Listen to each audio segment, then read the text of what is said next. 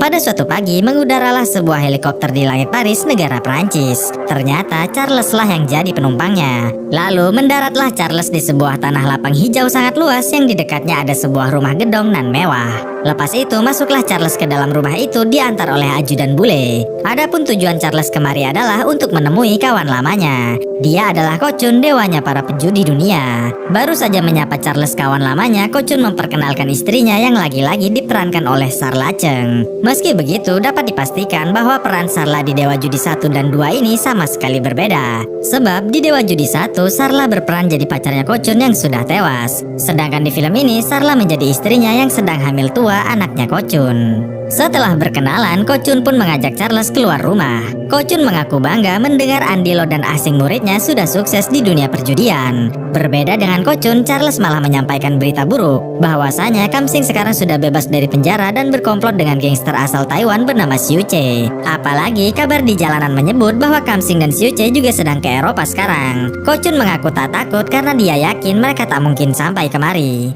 Padahal kecemasan Charles itu benar karena ternyata Kamsing dan Xiu Che sudah ada di Paris. Kamsing diajak Xiu Che karena di antara mereka cuma Kamsing lah yang pernah melihat wajahnya Dewa Judi. Adapun alasan Xiu Che mencari Kocun adalah untuk menyerahkan pada Kocun uang warisannya mendiang Tuan Chu, seorang bos Taipan. Xiu Che sendiri merasa kecewa karena sudah bertahun-tahun berkongsi dengan mendiang Tuan Chu, uang warisannya yang sebesar 200 triliun rupiah itu malah dipercayakan pada Kocun. Mr. Chu wants the world's best gambler to handle the fun. 高俊的確係世界上最好嘅賭術高手，我才是世界上最好的賭術高手。狗精，根本不敢跟我較量。Mr. Chow, you're definitely the second best.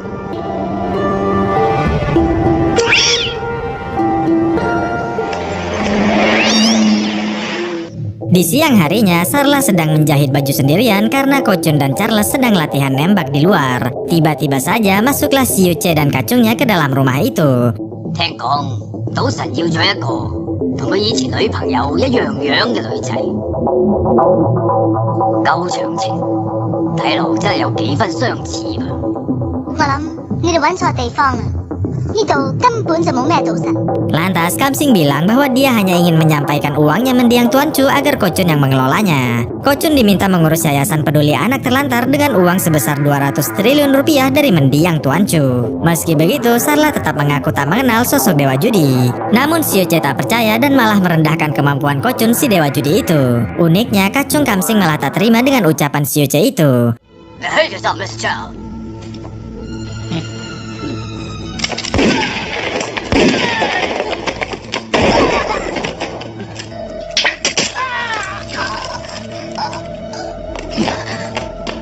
Demi keselamatan nyawanya, maka Kamsing usul agar menggelar duel judi saja dengan Kocun si Dewa Judi.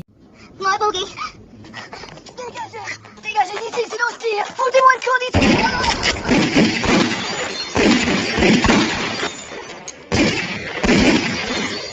Nah, saat Charles dan Kocun sedang asik latihan nembak, tiba-tiba saja Alex, putra ajudannya, datang ke sana sambil terluka. Sudah pasti mereka berdua bergegas pulang ke rumah.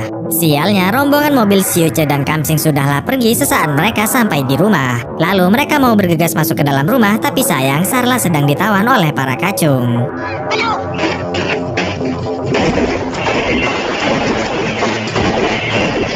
Lantas Kocun ke ruang bawah tanah untuk mengambil dulu senjatanya. Sedangkan Charles mulai menyerang dengan senjata seadanya dulu.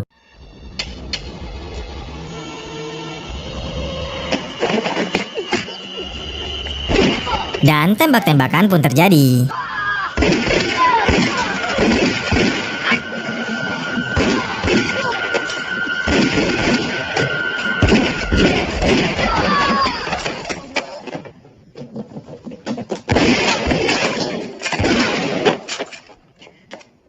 Setelah banyak menghabisi musuh, Kocun masuk ke kamar dan mendapati Sarla sudah mengalami keguguran. Sarla bilang bahwa Xiu Che dari geng Tung Wu lah yang menyuruh dokter untuk menggugurkan kandungannya ini. Sedangkan janin bayinya diletakkan ke dalam toples bening. Tentu saja Kocun merasa sangat terpukul dan berniat untuk membalaskan dendamnya. Akan tetapi Sarla berwasiat agar Kocun tak boleh mengakui jati dirinya sebagai dewa judi lagi dan tak boleh berjudi selama setahun lamanya. Tentu saja Kocun bertanya mengapa. Ternyata Sarla hanya tak ingin Kocun hidup dalam penghasilan pengasingan terus-menerus seperti ini. Karena baginya tak ada seorang pun yang mampu jadi pemenang selama-lamanya. Lepas berwasiat, Sarla pun meregang nyawa. Lalu Kochun mengambil remote TV yang ada pesan tertulis dari Xiuche. Melalui rekaman TV itu, Xiuche menantang Kochun ke Taiwan untuk berjudi dengannya.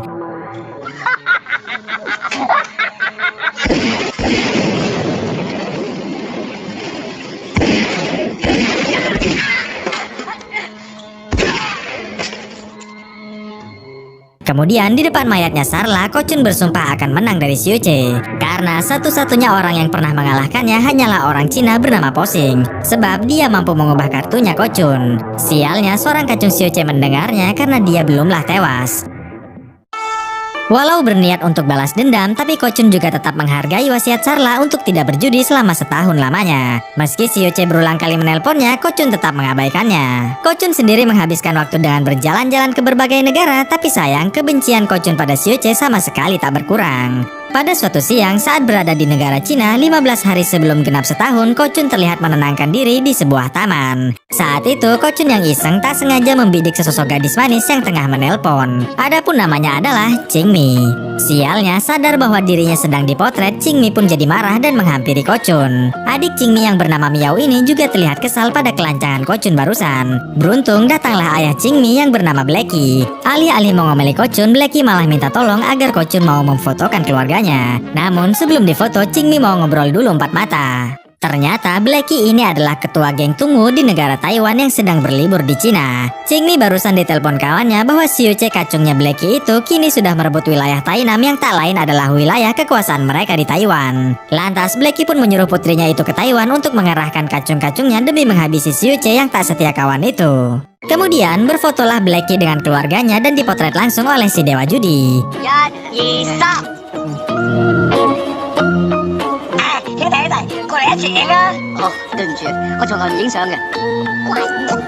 Nah, sejak saat inilah Blacky jadi kenal dan akrab dengan si Kochun. Tak lama datanglah Taokun, seorang penyewa kapal untuk si Blacky. Taokun bilang bahwa kapal sewaannya itu sudah siap untuk dilayarkan nanti malam. Lantas Blacky memberikan segepok uang pada Taokun agar membelikan minuman dan makanan enak untuk dinikmatinya nanti malam. Blacky yang baik mengajak Kochun ikut berlayar dengannya setelah mengetahui bahwa Kochun ini juga mau ke Taiwan juga. Setibanya di tongkrongannya, Taokun yang ternyata kacungnya Xiuche merasa heran kenapa Xiuche tak berani menghabisi Blacky, bos gengnya itu. Padahal Taokun tahu persis jika Xiuche itu sangat membenci Blacky. Walhasil Taokun dan rekannya berencana untuk mencelakakan kapalnya Blacky hingga menewaskan Blacky. Selain nantinya bisa menggasak uangnya Blacky, Taokun juga yakin jika Xiuche bosnya itu pasti akan senang dengan tindakannya ini. Di malam harinya, Tao dan rekannya mulai berenang menuju kapalnya Blacky guna melancarkan rencana liciknya. Blacky sendiri sedang mengobrol bersama Kochun membicarakan masa depan Miao, anak lelakinya itu. Tiba-tiba saja telinga Kochun bergerak, tanda bahwa ada penyusup yang datang. Dan Kochun pun beraksi.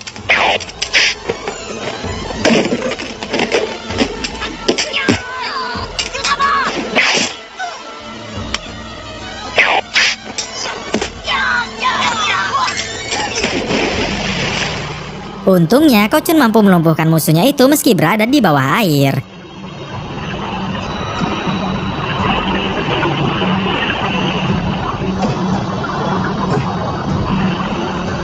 Sementara itu, Blacky terus saja dihajar hingga tewas meregang nyawa. Miao sendiri hanya bisa menyaksikan itu dari tempat persembunyiannya. Meski wajah Taokun sempat diketahui, tapi Taokun tetap tega menghabisi nyawa dari bosnya Xiuche itu. Selepas menghabisi semuanya, mereka pun membuat ledakan agar semua ini terlihat seperti kecelakaan kapal saja.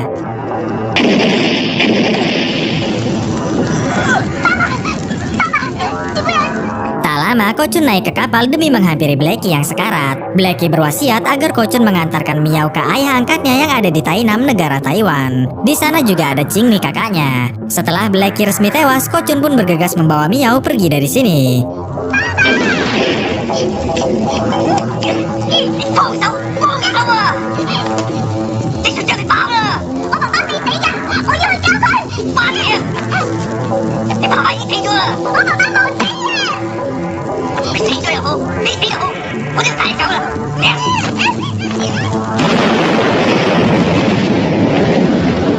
Pada pagi harinya, seorang letnan negara Cina menerima telepon bahwa semalam ada kapal Taiwan meledak di wilayah Cina daratan. Sudah pasti letnan pun bergegas ke sana. Sementara itu, Miao dan Kochun mengeringkan sejumlah uang dolar Amerika miliknya Blackie. Meski sudah tiada, tapi Blackie tetap meninggalkan uang yang banyak untuk Miao putranya. Sialnya, tiba-tiba saja polisi Cina datang demi menciduk mereka. Mereka dianggap sebagai perampok kapal semalam karena memiliki banyak uang dolar. Walhasil dibawalah mereka menuju kantor polisi dan nantinya akan dipenjara. Belum saja resmi jadi tersangka, tapi letnan ini tetap memukul seenaknya sendiri. Dan dimasukkanlah mereka ke dalam kantornya kapten polisi. Beruntung tiba-tiba saja kapten muncul juga ke sana. Kapten melarang keras letnan memukuli orang yang belum jelas statusnya. Karena media Amerika selalu mengejek mereka sebagai tukang pukul tersangka penjara. Bahkan kapten menyuruh letnan untuk enyah dari kantornya. Lalu duduklah kapten di kursinya ditemani oleh sang istri yang saat itu sedang membawakan bekal makanan. Kochun mengaku bahwa mereka berdua adalah korban selamat dari aksi perusakan dan perampokan kapal yang semalam. Lantas kapten mengaku akan melepaskan mereka jika memang tak terbukti bersalah. Kochun menduga mungkin pelakunya adalah orang yang menyewakan kapal itu. Tak lama kapten ditelepon oleh wali kota setempat bahwasanya kantor polisi kapten sudah kedatangan wartawan Hong Kong yang ingin meliput kejadian ini. Selepas menutup teleponnya, kapten mau menemui wali kota dulu. Nah, saat kapten pergi inilah tiba-tiba saja para wartawan Hong Kong datang untuk meliput. Tentu saja Kochun tak mau difoto karena takut ada orang yang mengenali wajahnya.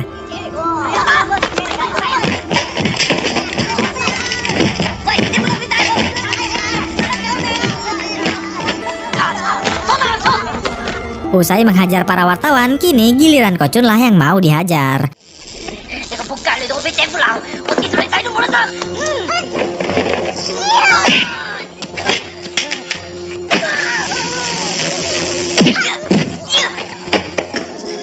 我操这！发现一个人。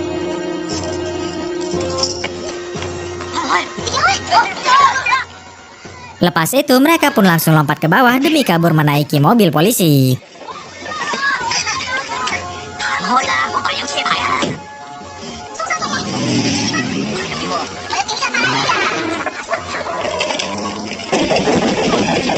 Baru saja mereka buron, kapten yang marah langsung menyuruh kacungnya untuk bergegas mencarinya. Karena Kochun dan Miao terlihat lapar, maka kapten menyuruh mereka untuk mulai mencari ke warung-warung serta penginapan sederhana. Tak lupa anjing pelacak pun juga ikut dikerahkan.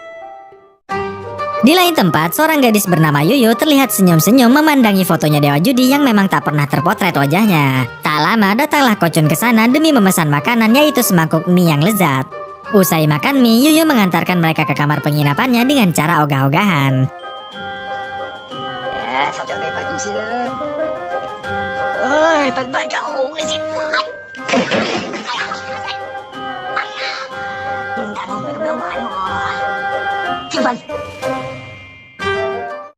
Di malam harinya, setelah bangun dari tidur siangnya, Kochun menelpon seseorang di Hong Kong untuk meminta Charles menjalankan misinya yang sudah dia rencanakan sejak tahun lalu. Kochun juga meminta agar 3 hari lagi Charles ke negara Taiwan. Baru saja menutup telepon, Miao masuk ke sana dengan wajah tertunduk lesu. Tentu saja Kochun bertanya mengapa. Ternyata Miao baru saja menghabiskan uangnya setelah berjudi dengan orang-orang di lantai dasar.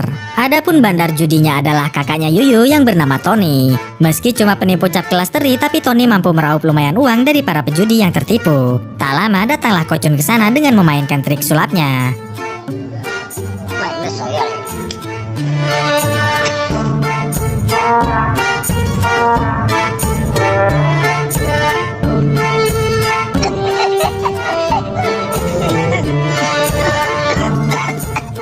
Karena Tony ini orang yang curang, maka Kochun pun menghipnotis Tony terlebih dahulu.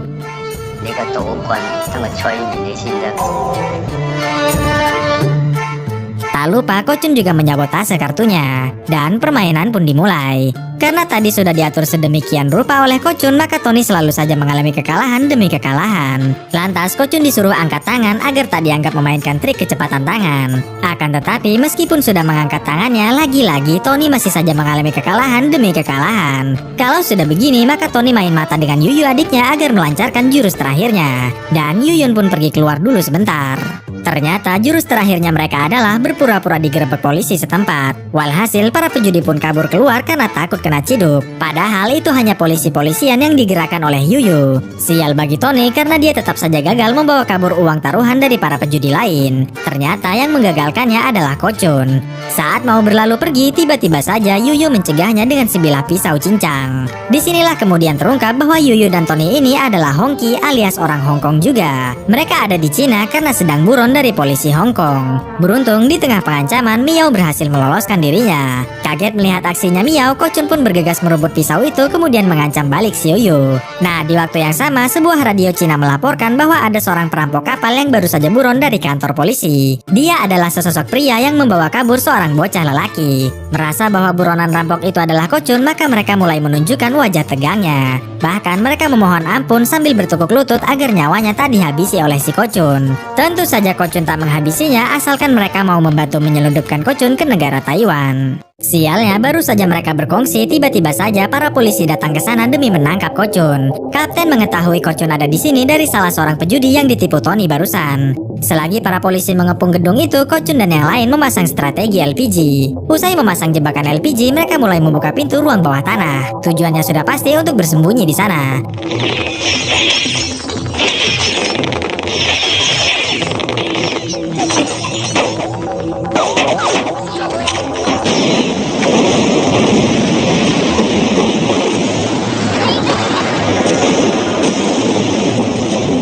Meski sudah hancur lebur begitu, Kapten tetap menyuruh kacungnya untuk mencari Ko-chun dan Miao. Kalaupun ternyata sudah mati, setidaknya temukan saja jenazahnya.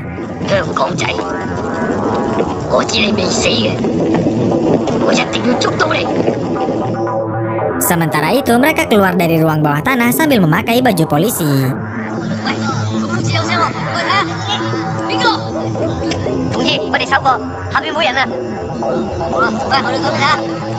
Mereka memang punya banyak seragam ini untuk digunakan membuat polisi-polisian yang tadi saat mau mengusir para pejudi dari tempatnya. Agar tak bergerombol, maka Tony serta pamannya mau berpencar dulu dan akan bertemu di tempat yang sudah dijanjikan. Sedangkan Ko-chun menggendong Yuyu yang kakinya sempat cedera. Tapi sial, paman Tony sempat terciduk oleh polisi. Tentu saja Kapten hendak menginterogasinya. Namun di waktu yang sama datanglah utusan pemerintah pusat untuk membantu memecahkan kasus ledakan kapal yang viral itu kepada seseorang bernama Posing. Ternyata Posing inilah orang yang disebut Ko-chun sebagai satu-satunya sosok yang mampu mengalahkannya. Adapun alasan pemerintah memasrahkan kasus ini pada Posing adalah karena Posing punya kemampuan gaib untuk membuat orang jadi berterus terang. 咩特異功能，我從來都唔信嘅。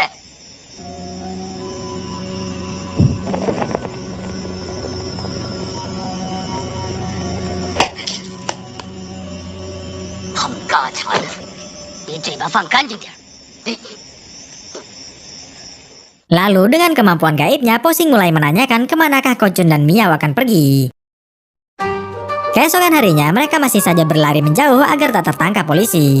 Nah, di saat mereka sedang istirahat inilah, Ko-chun mengetahui jika Yuyu ini mengagumi dewa judi. Ko-chun sendiri tak mau mengakuinya karena dia sudah bersumpah pada istrinya untuk selama setahun tidak mengakui jati diri dewa judinya. Tak lama, Tony datang untuk mengajak kabur lagi karena polisi sudah mendekat menuju mereka. Di tengah-tengah pelarian, Yuyu bilang bahwa punggung Ko-chun ini seperti punggungnya dewa judi. Sudah pasti Ko-chun tak mengakui dan ngeles kemana-mana. Meski Ko-chun tak mengakuinya, tapi di dalam hayalnya Yuyu sedang berdansa romantis bersama dewa judi yang sosoknya mirip dengan Ko-chun. Sementara itu, para polisi mulai mendapati sosok Tony. Melihat itu, kapten yang gregetan pun jadi mau turun tangan.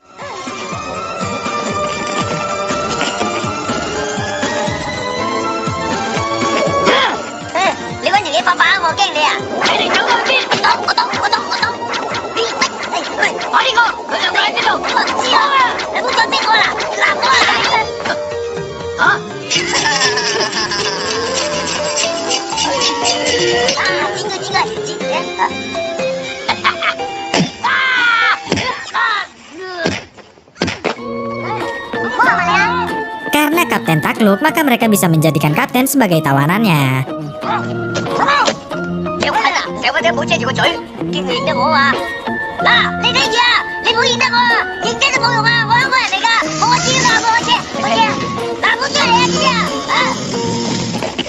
Di malam harinya, Tao Kun yang sudah dipenjara kedatangan Posing, orang yang ditunjuk pemerintah untuk memecahkan kasus ledakan kapal itu. Posing bilang bahwa dia pernah sekali mengalahkan Dewa Judi saat dia bertanding di Beijing dulu. Posing mengubah kartunya dan Ko Chun langsung berlalu pergi dari pertandingan. Lantas Posing bersedia melepaskan Tao Kun asalkan dia diantarkan menuju Xiuche bosnya yang ada di Taiwan itu. Di lain tempat, di sebuah kapal selundupan menuju negara Taiwan, kapten terlihat sedang diikat di dek kapal. Adapun nakoda kapal ilegal ini adalah Simon yang sekaligus juga kenalannya Tony. Di tengah perjalanan, Simon kaget bukan main mendapati kapten polisi Cina jadi sandera mereka. Simon girang bukan main karena ternyata Simon bukanlah penyelundup sungguhan melainkan intel yang dikirim oleh negara Taiwan. Sekedar informasi, Taiwan dan Cina itu memang sudah lama berkonflik, kurang lebih seperti Korea Selatan dengan Korea Utara. Demi meyakinkan jati diri keintelannya, Simon menunjukkan kartu intelnya pada Tony dan Yuyu. 跳落去啊！你而家咪咁對我啊？想當年一條底褲兩個人着，家陣咁嘅天時，你叫我跳海？係，我的確好感激你借條底褲俾我着，所以我決定俾翻條底褲過嚟。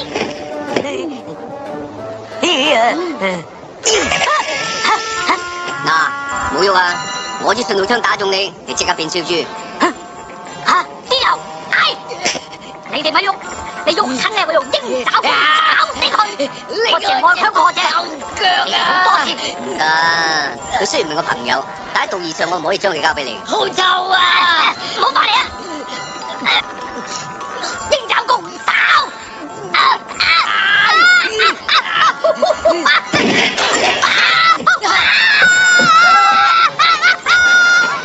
！Sayangnya, Ko Chun hanya berhasil menangkap kartu intelnya saja.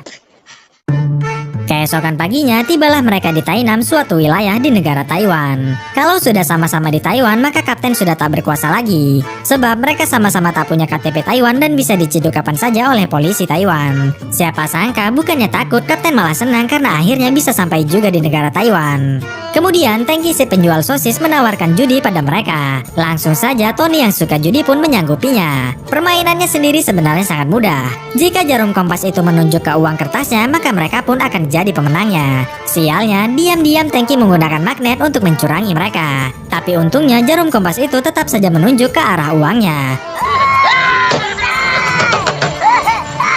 俾錢啊！你嚿磁石邊夠我嚿大啊！點解你有咁大嚿攝石㗎？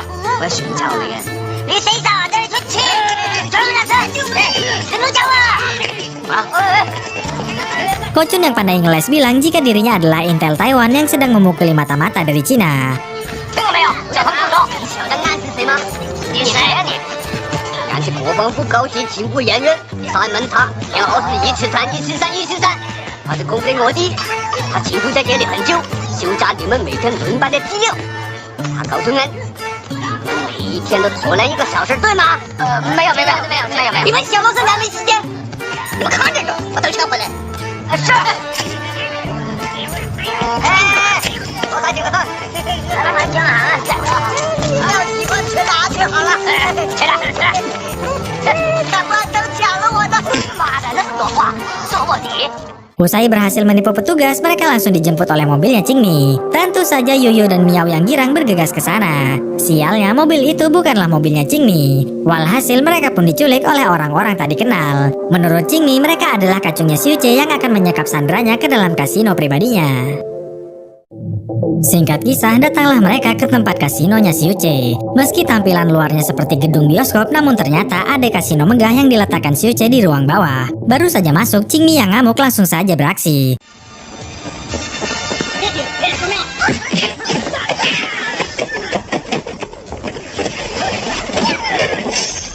Tak lama, turunlah Xiuche ke sana demi menghadapi Qingmi. Pertama kalinya melihat sosok Xiuche, Ko Chun langsung mengingat kenangan pedih akan kematian istrinya dan bayinya yang sangat mengenaskan itu. Xiuche menantang Qingmi untuk berjudi karena memang Xiuche tak mengenali wajah Ko Chun si dewa judi itu. Kalau Qingmi menang, maka Xiuche berjanji akan melepaskan sandranya. Dan Qingmi pun menyanggupinya. Tapi sebelumnya, Qingmi mau buka baju dulu mungkin karena gerah. Tony sendiri sampai mimisan melihatnya. Adapun judi yang dimainkan adalah mencari kartu terbesar. Tapi diam-diam Xiuche menyembunyikan kartu as tertinggi di lengannya. Untungnya Kochun melapor pada Tony bahwa dia telah melihat kejadian curang itu. Walhasil Tony usul untuk mencari kartu terkecil saja. Dan Xiuche pun memasukkan kartu asnya dalam-dalam. Kochun sempat berbisik pada Tony untuk merencanakan sesuatu. Lalu mulailah Qingmi mengambil kartunya yang sebenarnya sudah cukup kecil. Akan tetapi Xiuche mendapatkan kartu terkecil yaitu 2 wajik. Kalau sudah begitu maka Kochunlah yang mau membukakan kartunya.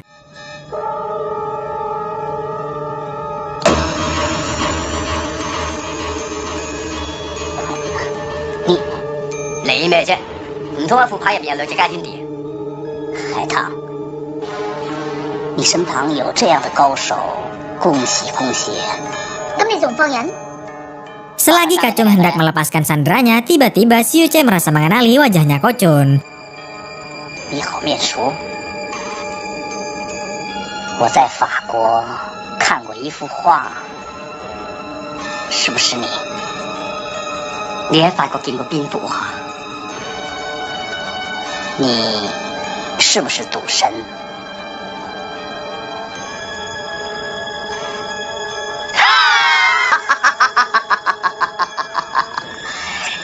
你真係有眼光，冇錯，我的確係賭神，攞走你！我就係賭神嘅徒弟，陳刀仔啊！唔好啊，唔好啊！那賭神在哪裡？國外管束，請拍到賭神！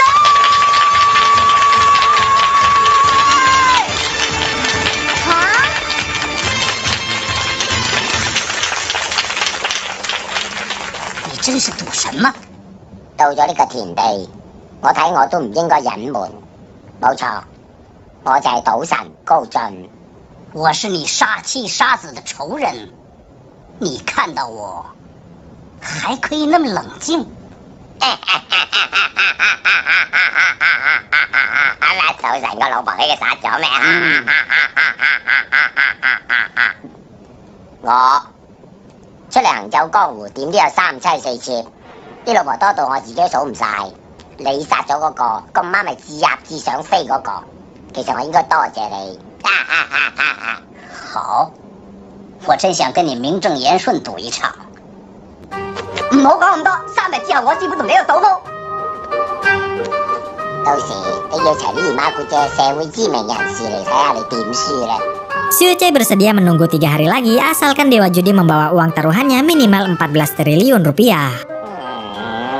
你急就翻去啦。高生，錢絕對冇問題。行。冇喺度賴啊！老五，如果邊個喐親，扯低佢！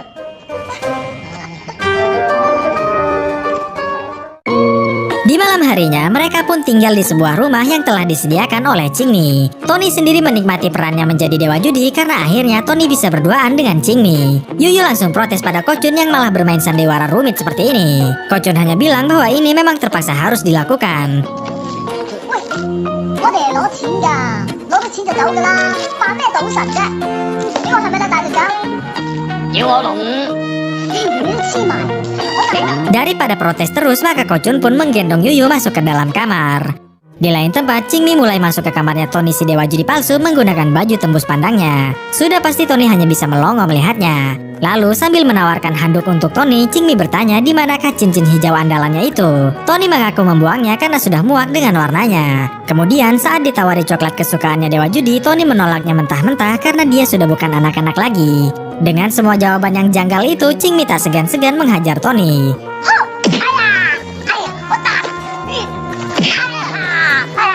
Mendengar ada suara ribut, sudah pasti Kochun mau menghampirinya. Qingmi tahu semua kepalsuan Tony karena Tony tak punya cincin hijau, tak makan coklat, bahkan tadi sempat bersedia difoto olehnya. Beruntung ada Kochun di sana.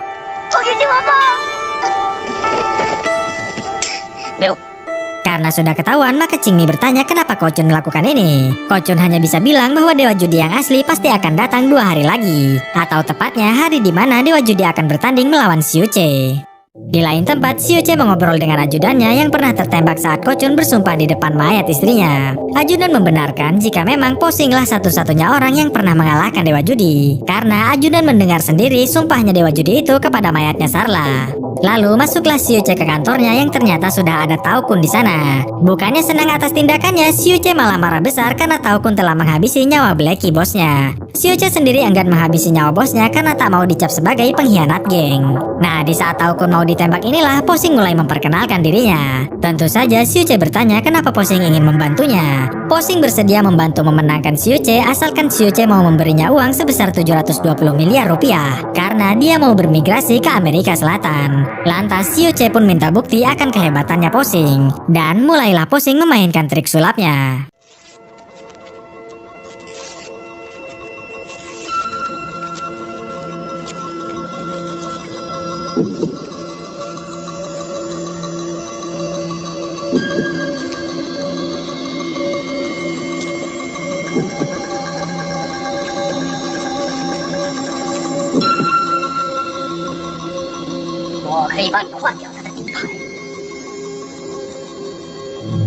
Keesokan paginya, Kapten bilang bahwa ada kakek tua yang mencari Dewa Judi. Ternyata dia adalah Kamsing, pejudi hebat asal Singapura. Uniknya, di depan orang-orang, Kamsing menjaga identitas Dewa Judinya Kochun dengan mengajak Tony saja yang mengobrolnya secara empat mata. Namun setelah masuk ke kamar, pada akhirnya Kochun juga masuk ke sana. Kamsing bilang bahwa rumah ini sudah dikepung oleh kacungnya Xiuce. Kamsing disuruh Xiuce memeriksa apakah Dewa Judi di rumah ini asli atau palsu. Mengingat cuma Kamsing lah yang tahu wajahnya Kochun si Dewa Judi. Jika Dewa Judinya asli, maka Kamsing disuruh langsung keluar karena para kacung mau menghabisi nyawa Kochun. Kemudian Kamsing berterus terang bahwa pada awalnya dia memang ingin balas dendam pada Kochun melalui tangannya Xiuce. Tapi setelah Xiuce berhasil merebut uang yayasan anak yang sebesar 200 triliun rupiah itu, Xiuce terus saja memaksa Kamsing untuk berjudi dengannya. Tentu saja karena Kamsing tak punya uang sebesar 200 triliun rupiah juga untuk meladeninya, maka Kamsing disuruh bertaruh menggunakan anggota tubuhnya saja.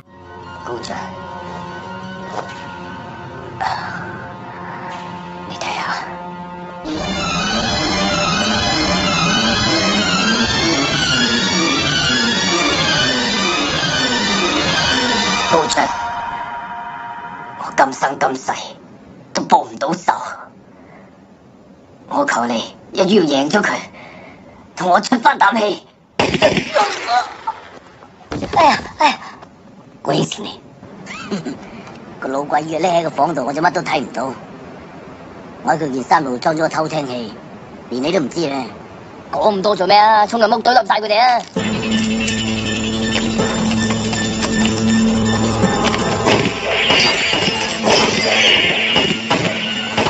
Beruntung sekali di tengah kegentingan, kacung-kacung Qingmi juga hadir ke sana.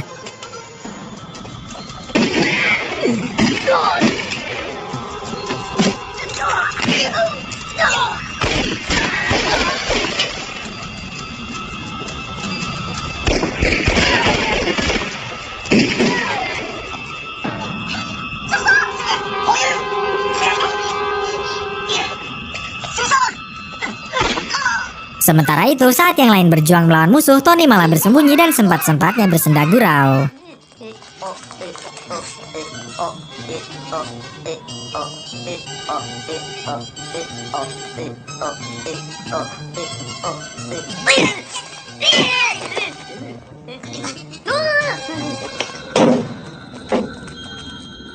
Kemudian saat Kochun dan Miao terdesak, tiba-tiba saja hal ini terjadi.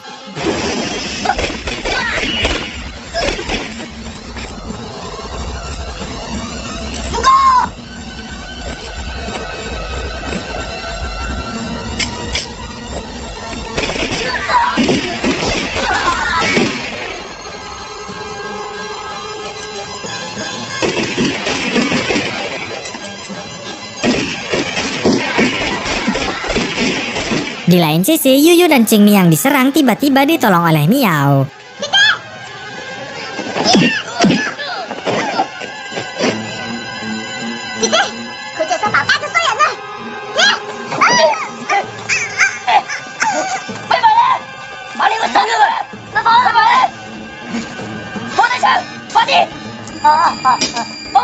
Kalau sudah diancam begini, maka mereka pun menjatuhkan pistolnya, termasuk juga Charles yang tangguh itu. 賭神，你奈我唔好嘅。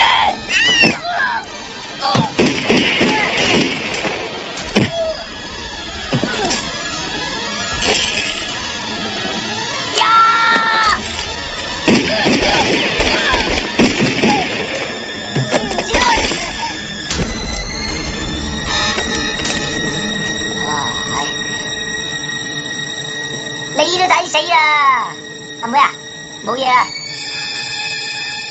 Ternyata Yuyu kena tembak di bagian perutnya. Sudah pasti Tony jadi panik dan bergegas mencari mobil keluar. Selagi Tony pergi, Kocun lah yang diminta untuk menjaga Yuyu sebentar. 你真係好勇敢。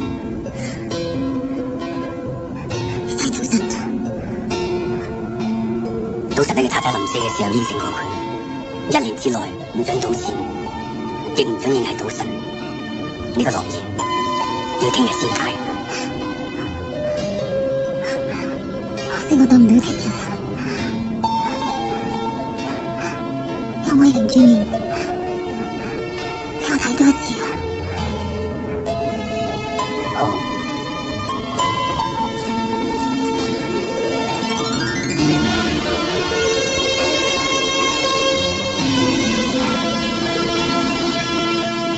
Nah, selagi Kocun membiarkan Yuyu melihat punggungnya, Yuyu minta Kocun untuk memberikan foto ini kepada Dewa Judi. Yuyu ingin Kocun bilang pada si Dewa Judi bahwa di belahan dunia ini ada seorang gadis yang sangat mempunyainya sedari lama. Dan Yuyu pun meregang nyawa.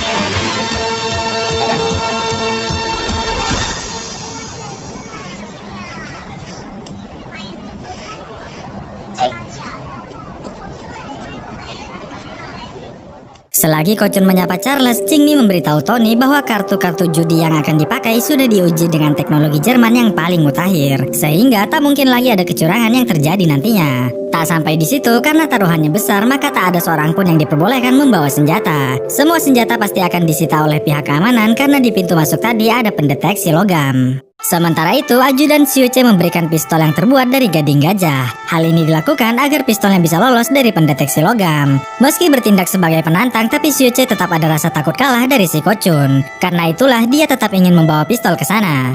Sebelum turun ke kasino, Xiuce ingin menguji kemampuan Posing yang katanya mampu mengubah kartu itu. Lantas diambillah satu kartu yang ternyata itu adalah Raja Wajik. Tanpa melihat kartu apakah yang diambil oleh Xiuce, Posing langsung meletakkannya di atas meja. Lalu Xiuce dipersilakan mengambil kembali kartunya. Dan hasilnya kartu itu sudah berubah menjadi Ratu Wajik. Lantas Xiuce jadi percaya dan meminta Posing untuk membantunya saat sedang genting saja. Jika Xiuce sudah menyalakan rokoknya, maka Posing sudah harus beraksi mengubah kartunya.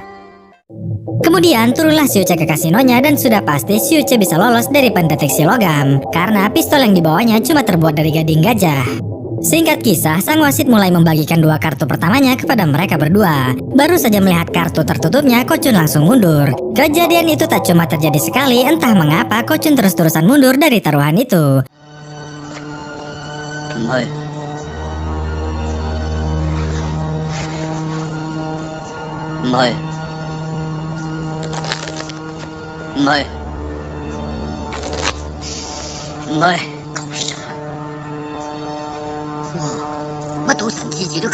Menurut Qingmi, pasti Kocun hanya sedang mempermainkan psikologisnya Xiuce saja.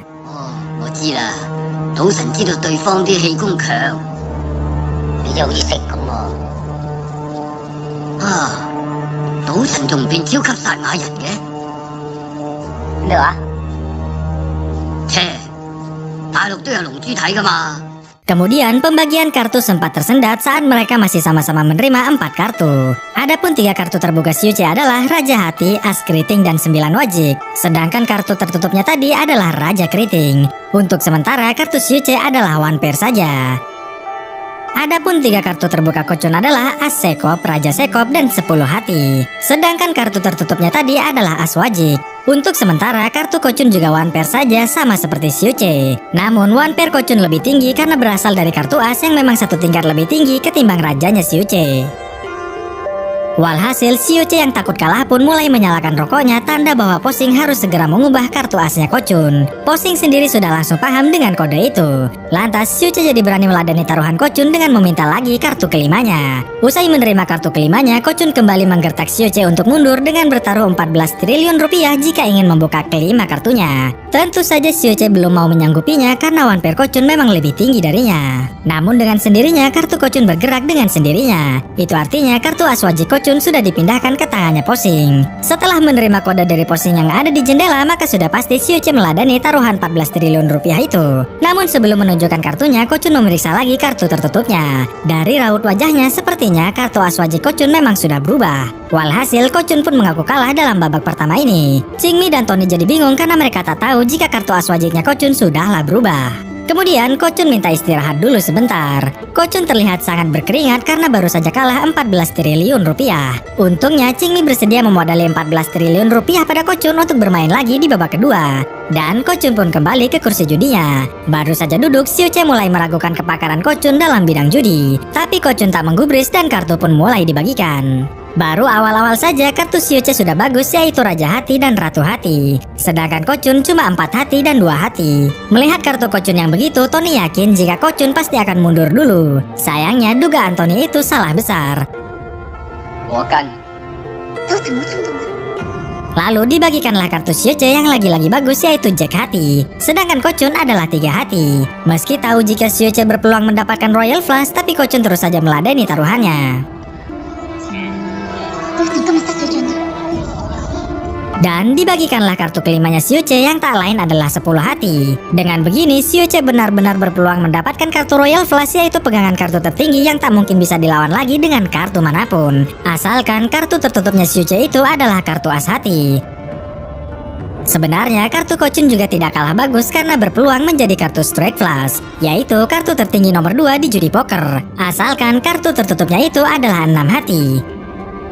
Akan tetapi, habis makan minum kopi, sebenarnya disinilah letak drama dan keseruannya dari film ini. Jadi, pertandingan ini bisa juga disebut sebagai pertandingan perebutan kartu As Hati. Bagaimana tidak, jika ternyata Kochun lah yang punya kartu As Hati, maka bisa dipastikan kartu Xiuche lah yang akan kalah. Karena secara otomatis, kartu Xiuche pasti akan turun kasta jika tanpa kartu As Hati. Katakanlah turunnya cuma 1 tingkat saja, yaitu jadi Straight Flush, yang artinya kartu Kochun dan Xiuche adalah sama. Namun tetap Kochun lah yang menang karena Straight Flush dengan kartu As itu pasti selalu diunggulkan. Hal ini didasarkan pada undang-undang kartu rendah kota Kansas alias Kansas City Lowball Rules.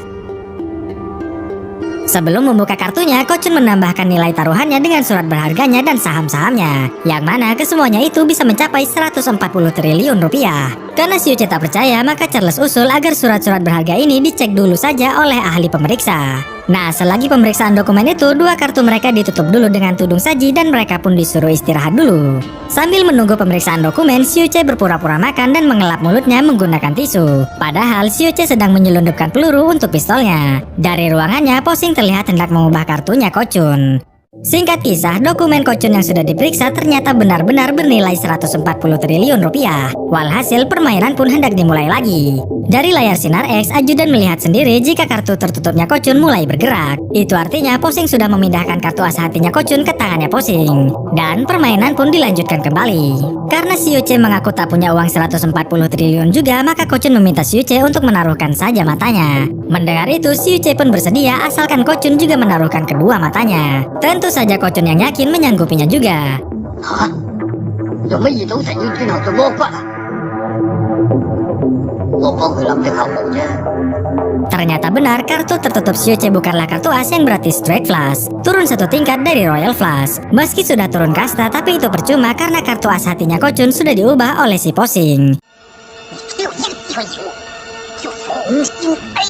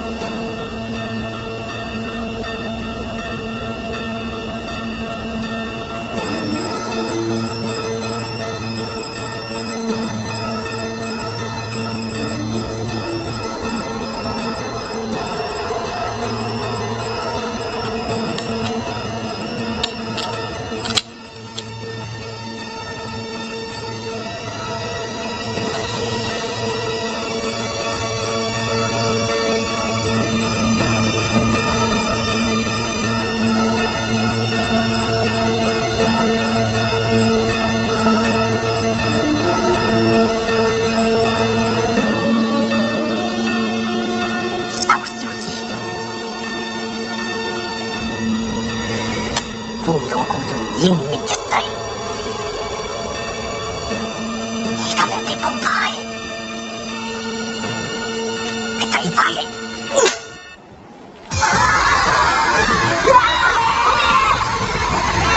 地方爷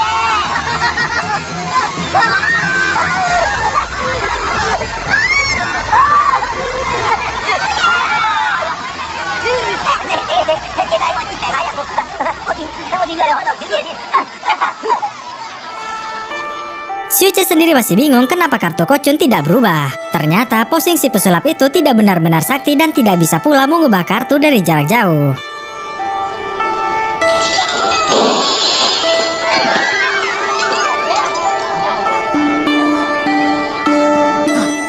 張寶成啊，佢根本唔係張寶成，佢只不過係我一個好朋友。佢係全中國最出名嘅魔術師，小平叔贏橋牌都係靠佢嘅。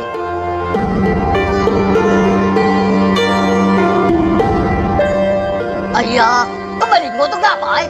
Dan ternyata pula 1 tahun yang lalu Kocun yang tahu ajudan masih belum mati sengaja berbohong bahwa cuma Posinglah yang mampu mengalahkannya. Ternyata Kocun sudah menyusun rencana balas dendamnya ini sejak tahun lalu.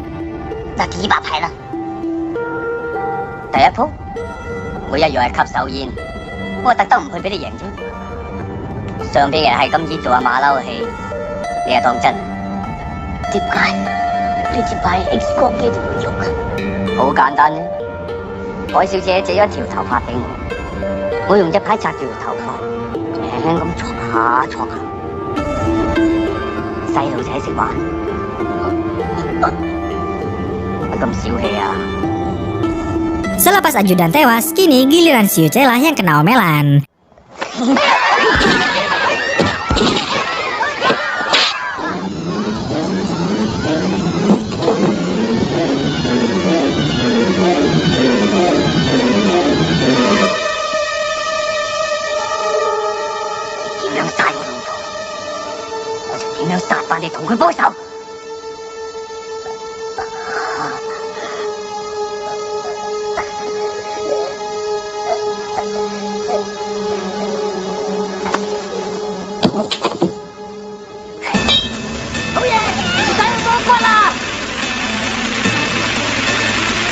唔該晒你，唔該，冇事㗎。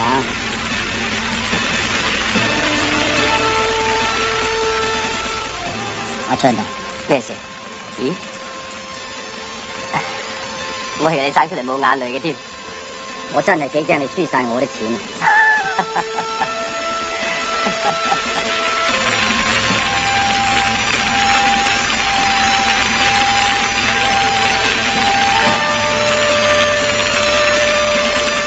！Dan film pun berakhir.